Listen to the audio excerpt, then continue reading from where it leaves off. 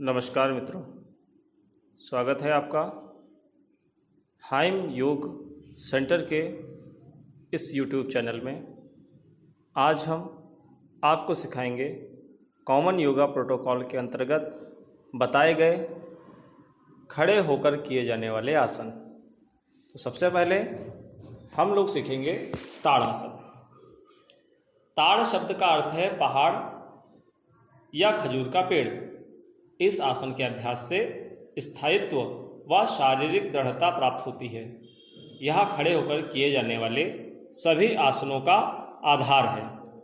ध्यान दें कि जिन व्यक्तियों को अर्थराइटिस व वेरिकोज वेन्स संबंधी या चक्कर आने जैसी समस्याएं हैं, उन्हें एड़ियों पर उठने का प्रयास नहीं करना है।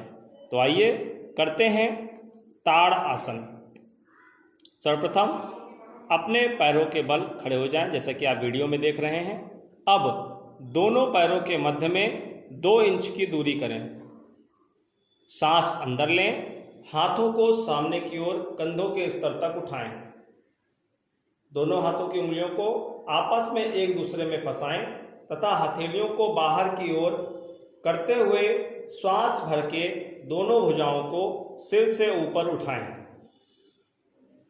भुजाओं को ऊपर ले जाने के साथ साथ पैरों की एड़ियों को जमीन से ऊपर उठाएं और पैर की उंगलियों पर अपना संतुलन बनाए रखें। इस स्थिति में हम 10 से 30 सेकंड तक रुक सकते हैं। इस आसन को ताड़ आसन कहते हैं। इस आसन के अभ्यास से शरीर में स्थिरता आती है और यह मेरुदंड से संबंधित नाड़ियों के रक्त संचय को ठीक करने में भी सहायक है।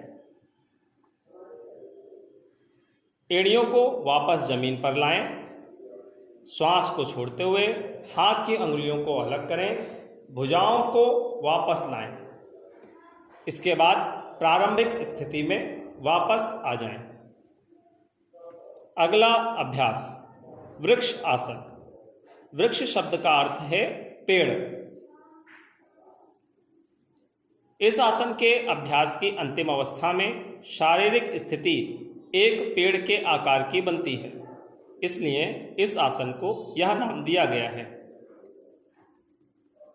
जिन व्यक्तियों को अर्थराइटिस, चक्कर आने जैसी समस्या है, उन्हें इस आसन का अभ्यास नहीं करना चाहिए।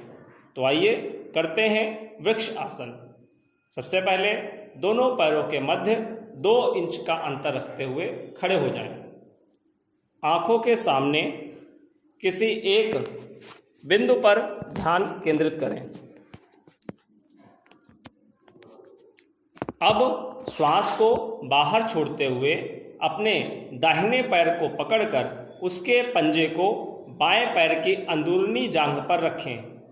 एड़ी मूलाधार क्षेत्र पेरिनियम से मिली होनी चाहिए। श्वास को शरीर के अंदर लेते हुए दोनों हाथों को ऊपर की ओर ले जाकर दोनों हथेलियों को नमस्कार मुद्रा में जोड़ें। इस स्थिति में 10 से 30 सेकंड तक आप रुक सकते हैं। इस दौरान आपको सामान्य रूप से श्वास प्रश्वास करते रहना है।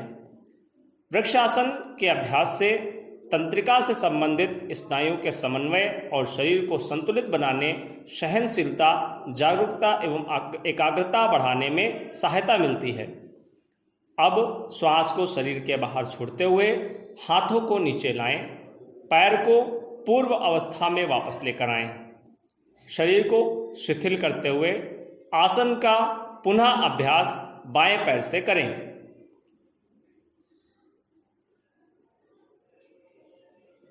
एक बार पुनः ध्यान दें कि अर्थराइटिस, चक्कर आने जैसी समस्या यदि आपको है तो इस आसन का अभ्यास आपको नहीं करना है। धीरे से श्वास को शरीर के बाहर छोड़ते हुए हाथों को नीचे लाएं और पैर को पूर्व अवस्था में लेकर पुनः सम स्थिति में खड़े हो जाएं। अगला अभ्यास पाद हस्तासन। पाद हस्तासन का अर्थ है पाद यानी कि पैर और हस्त यानी कि हाथ।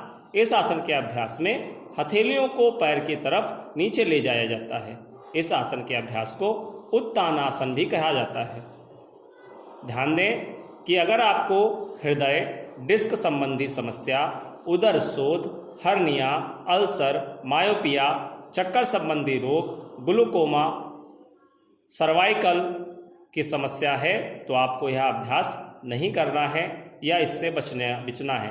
अगर आप गर्भावस्था के समय में हैं तो भी महिलाएं इस अभ्यास को ना करें। आइए करते हैं यह अभ्यास। सबसे पहले 2 इंच का अंतर रखते हुए खड़े हो जाएं।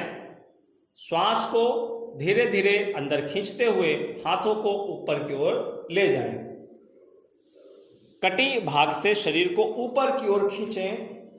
श्वास छोड़ते हुए आगे की ओर झुकें जब तक हथेलियां जमीन को स्पर्श ना करें। कमर को खींचते हुए जितना संभव हो सीधा रखने का प्रयास करें। सांस प्रश्वास करते रहें। इस शारीरिक स्थिति में 10 से 30 सेकंड तक आप रुक सकते हैं। इस आसन का अभ्यास करते समय अपनी क्षमता के अनुसार ही झुकें। श्वास को भरते हुए धीरे धीरे हाथों को सिर के ऊपर तक पुनः खींचकर वापस लाएं और शरीर को विपरीत क्रम की अवस्था में प्रारंभिक अवस्था तक वापस लेकर आएं। सम स्थिति में विश्राम करें। यह आसन मेरुदंड को लचीला बनाता है। जिन बच्चों को भूख नहीं लगती है उनकी जठराग्नि को प्रदीप्त करता है। जिन लोगों को भूख से संबंधित समस्या है या पेट से संबंधित विकार हैं उनको यह आसन लाभ देता है। मासिक धर्म से संबंधित समस्याओं को भी दूर करने में यह आसन सहायक है। जुड़े रहिए हाइम योग सेंटर से। इस वीडियो को देखने के लिए आपका बहुत बहुत धन्यवाद। प्लीज़ सब्सक्राइब करें, कमेंट करें और ज़्यादा से ज़्यादा शेयर करें।